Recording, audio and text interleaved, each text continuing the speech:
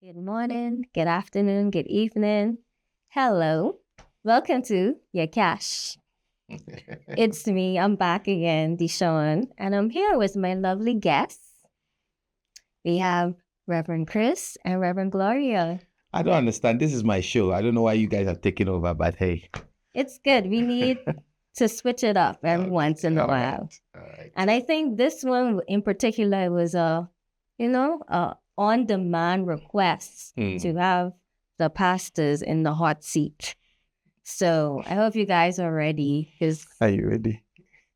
we have a few questions. Okay. All right. And we would love to hear your answers. Okay. Okay. So we're going to have a conversation and then hopefully we learn a few things here and there.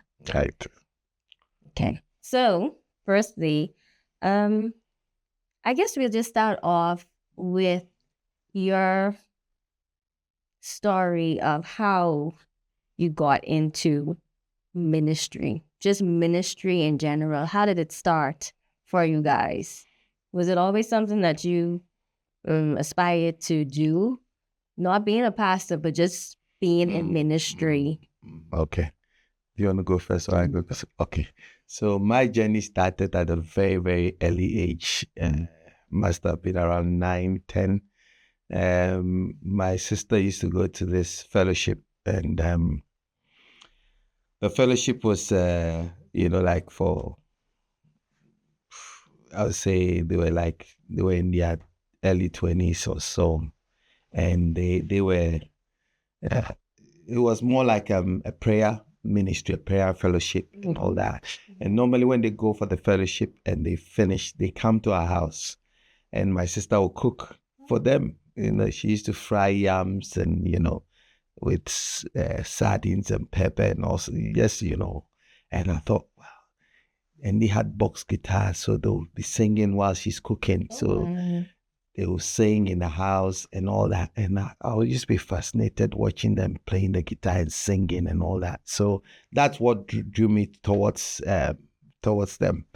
And I always wanted to join. And they said, no, you're too young. Wait till you get to secondary school, then you can join us. You're too young. So they kept telling me you're too young. So at the point I couldn't wait. I was like, why do I have to wait till I'm secondary school before I can join you guys? No, you won't understand what we are doing. Wait till you're in secondary school. So I kept on. Every time I knew exactly what time they were coming. So I'll make sure I'm at home, make sure that got done all my homework so that I can sit with them and, watch them play and sing and all that. So that's how I got drawn into, I was more fascinated by the music than anything else. So I joined, I think a year before I went to secondary school, I joined them. And when I got in, it was not as glamorous as I thought because the singing and all that was done at home. But, when you go for the fellowship, it was really prayer, like long hours of prayer and everything. Right. But I mean, at the time, I was so into it that the prayer I was doing everything. And like I got into it, and the way I was treated, I wasn't treated as a kid. I was treated like one of them. So I felt at home. So that's my journey, and that's how I got into ministry. And we used to go for crusades and, praying for the sick and everything. Must have been around 12, 13.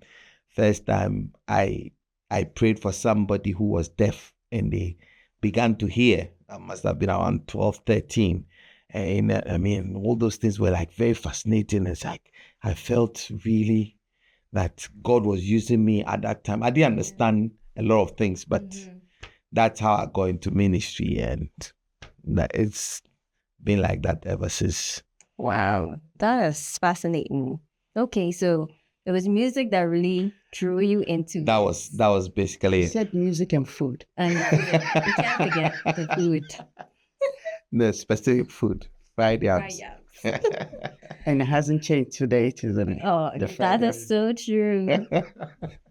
Yeah. No, mine was not that glamorous or that deep at all. I was raised in a Catholic environment. And it was like a strict one that's, you have to go through the whole confirmation and, baptism and all that. But I remember there was, I can't remember his name now. Wherever he is, may the Lord bless him. It was actually national service, and I was doing it at VRA, the Puerto Rico Authority. And he wasn't my direct boss, but he was one of like the managers, and then they were having like a convention in his church, and the church he attended, and he said, would I like to come? So he gave me an invite, and then it was like a week-long thing. So I went one of the midweek, and I was just so, before that, obviously, like in high school, sixth form, the only problem is that at that time, those who were supposedly born again, they were just pleasant. They were actually even quite mean. You ask somebody maybe for a can of milk or something, and they'll say they don't give to you because it's not from their heart. I mean, it's like, and it's better, to just all kinds of things. And so went, and then I think I went for like 2-3 days. And I was like, and it was just so different from like the services I'm used to. Right. In every sense of the word, So I thought I was, upright and that, but I realized, oh my gosh, no clue. So it was absolutely amazing. And I never turned back. I never, ever. And I stayed in a particular church till I left Ghana. And then it's just, and at the time I also knew, because there was just something about it that I knew that, how come everybody is not in this? Do you get what I'm saying? And it just progressed. There was never I'm going to be called or I'm going to, but I just knew that whatever I found, I'm keeping it. I'm going to stay. Yeah. I'm keeping it. Oh, so did you ever go into any particular ministry while you were there? I think I started with a welcome. There was just for somebody who was not so friendly, I don't know how come that is the area that I always, yes. And then when I even relocated, somehow the pastor, as soon as I was like, oh, welcome people. Oh. I don't know whether there was a perception that I'll be nice to people or God wanted to transform me. Yes, so that was the first area, and it sort of stuck, as if God knew I'll be going on missions and all that, and I'll need to be nice. And that is interesting. Yeah. And on that note, I would like to ask, so for like people who think, you said that you grew up in the Catholic Church, and for those who probably might just know of, CICC, and they might not be familiar as to what we're all about and what we represent, how would you compare, I guess, another denomination to CICC and how we worship, how we, our faith in terms of how we manifest it? Yeah. I think, I don't know what Reverend Chris will say, but I think that is why we are non-denominational. That's the fundamental thing, so that we don't put God in a box. Okay. I think that whatever you do, if you're not careful, it becomes a routine. You get used to it, and you almost define God by how you have come to know him or what you are exposed to, rather than allowing him to manifest the way he wants to, and you being open to it. So I think that for anybody who wants to try CICC, you should just be ready for what you don't know. Yeah, understand? Ready for the crazy. Just expect all the contagious. Anything that is between Genesis to Revelation, we are open to it. It can happen. Yes, it can happen. It will happen. So for, I guess, even children who are, I guess, attracted to, some people might call it the craziness, everyone being in this atmosphere of glorifying and praising God and worshiping him. And I know as little kids, they find that exciting. They get, excited about these things, and that's what attracts them. How would you say that we can help bring those kids to truly know and to truly love God? How can we bring them in, to finding their own sense and relationship with God?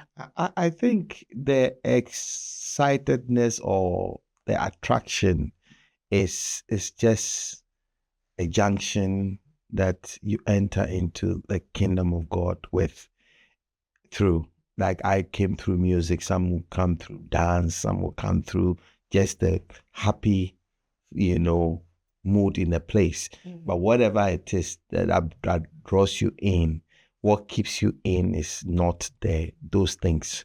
It's more how you are grounded in the things of God, the word of God, how you are taught. So coming in is fine, it's great. However you come in, somebody maybe came by a friend's invitation, doesn't matter.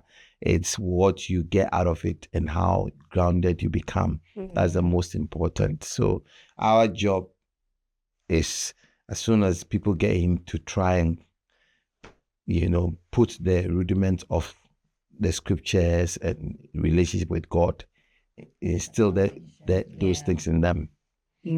I think that it's really important because with the whole charismatic movement, you can almost appear spiritual, without actually being. Yeah. So I think CICC tries, and hopefully God gives us the grace to ensure that people find their personal relationship with God.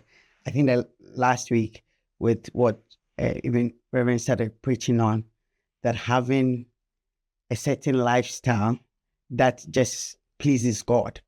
So that it's not like you look like somebody who pleases God, but you actually please God in all your doings, in all your ways. And like you're saying, especially for the young ones, when they come in, whatever draws them in is great. But for them to now be raised into strong, grounded Christians who will also be able to affect others because of the contagiousness. So they are just not affecting people who are saying that my church is nice, my church is crazy, right? But it's like you will find God, you will get to know God, and you will fall in love with Him, such that nobody or no situation can take Him away from you. That's powerful, especially because, when we grow up, we go through all sorts of things, high school and university, marriage and work life. There's so much we can get out of being grounded in a church, as well as having our own personal relationship with God. Okay. It's not just what we see, but it's a personal thing. It's a heart posture. Thank you for that. I also wanted to go more into the things that you guys do, because from being a member of CICC, I can see that my pastors are very much active and involved.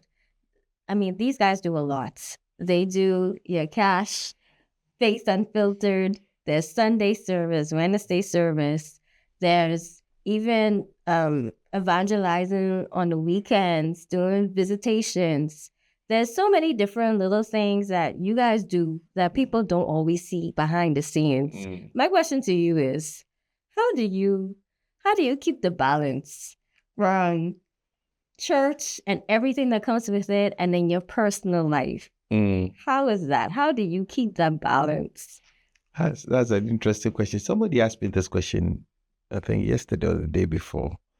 Now, how do you do all these things? And I was saying to the person that you need to learn how to box everything, compartmentalize things, put them in a box so that you don't lose, because you are a husband, you're a father, you're a pastor, you're a mentor, you're an author, you're all those hats.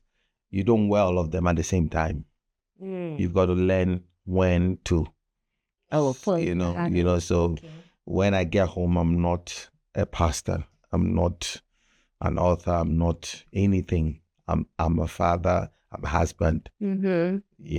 That's it. When I'm in church, I put some certain things out so that you have little boxes you put you and little hats you put on at a specific time to allow you to do everything well.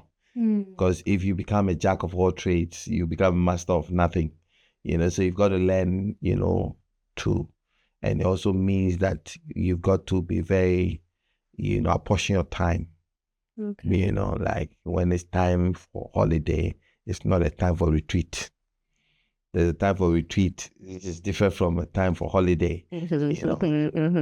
So that you're a balanced person and not skewed one way or the other.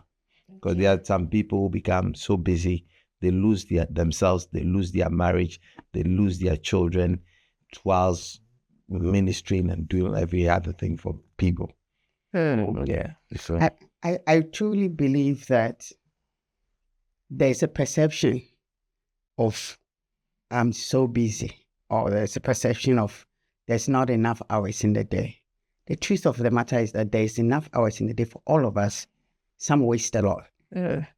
Some waste a lot. So like we're saying, realizing what you have on your plate and sharing them in the right proportion and in the right order so that none loses, whether it's your children, your spouse, the ministry, or your own, financial, whatever various, businesses, whatever else you have on your plate, to make sure it is not so much that is overwhelming or it's too much. It is more the fact that, are you spreading it out well? Are you prioritizing well? Because the truth of the matter is that the time is there. We waste more of it than we use. And so when you waste more of it, the one you use now becomes as if you're overwhelmed, because rather than having maybe 10 hours in a day to do productive work, you actually only have 4 hours in the day, and you are trying to put into the 4 hours what you should actually do. And so you appear tired, stressed. And I think that there's also that, unfortunately, that appearance, like if you want to be taken seriously, you have to appear like you're overweight. But it's not good. Do you understand? It's not good because, one, you're not encouraging others to follow a good footstep, because like, as for me, I don't want to be a pastor because it's overwhelming or it's tiring or whatever. Everybody, if you're a soldier, you'll be tired. If you're a teacher, you'll be tired. You have to become more aware of what you have on your plate, prioritize it, spread it out well, and maximize your time, including your rest time, your sleep time, your chilling out time, your switching off time. It's not easy to switch off for certain categories of people. We are learning, we're getting better. But knowing the value of it, you begin to get better and better. I tell you, they get it. Yeah. So we have the ideal situation, and we are striving to get closer to that.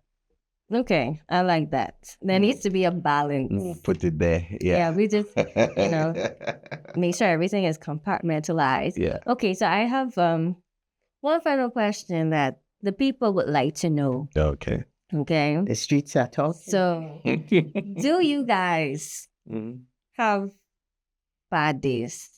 Like, was there ever a time where you felt like, oh, I'm not equipped to deliver this message, or I'm not equipped to console this person or even mentor right now? Okay. Do you have bad days within ministry? Because, we always see you guys working and doing, and you're giving your best. Do you have bad days? Yes. I was trying to find a very nice thing to say. You are too blunt. You see, sometimes as pastors and ministers, we have to let everybody feel like they're okay, they're normal. Sometimes we don't feel like going to church. But you're preaching. But sometimes you don't feel like getting out of bed to go to church. But you also realize that there's somebody whose life depends on you being there to preach. So you can't be selfish and say that, well, I don't feel like going to church. I don't feel like preaching today. I'm not in the mood. No.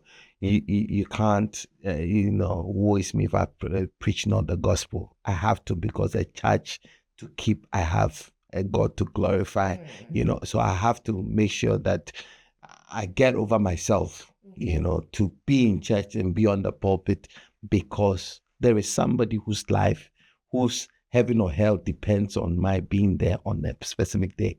So I cannot say that I will not go. I don't know about you. But... No, you see, and I think that Jesus knew all of this. That's why he's telling us that sometimes you have to deny yourself, take up your cross.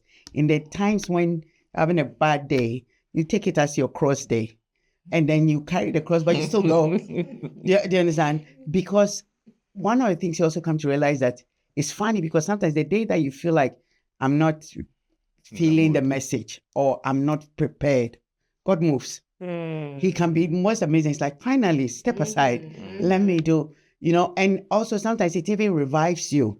Even though you didn't feel the whole day, maybe there's a sense of heaviness, but somehow once you rise up and do, you see that you look on the other side and say, gosh, if I'd missed this. And this applies to everybody. Sometimes you don't feel like coming to church. That is actually the day you should come to church, that God will minister to you in a way you don't expect. Sometimes you don't feel like going to work. That's the day you need to get up and go to work. The weather is coming. Your sick days. Yes. Don't do a sick. Yes, but having a bad day is part of life. Do you understand? You just don't let it define you, and direct your path. No. You didn't get it. So as we close, what is one simple message do you want your viewers to know? Like, if you had to give one final message to someone, what is that one thing you wish for them to know? An old friend told me this thing, that if you live like a dying man, you live well. And so the secret to living a full life is live as if you have a few days to live. And you are writing your obituary, you're writing what will be said about you. So what's the legacy you're leaving? So when you meet somebody for the first time or speak to somebody, think about it. What would the person's final impression, if today was your last day, what would be the impression of you? Okay. Some people might do the extreme with that. No. I understand. Yeah, I'm not saying that be morbid, but I'm trying to say that think as if, so that if you live like a dying person, you live your best life. My one line to you is that it's going to be okay. It's going to be okay. Stop stressing yourself out. Just commit it to God. It's going to be okay. Whether it's ministry, whether it's family, whether it's financial, whether it's health-wise, you're going to be okay. Nice. Thank you guys for being a part, participating, and being honest and truthful. This has been Yacach. I think it's one of the most difficult interviews I've That means I did my job well. So thank you guys for tuning in, and I hope that we see you again on our next episode.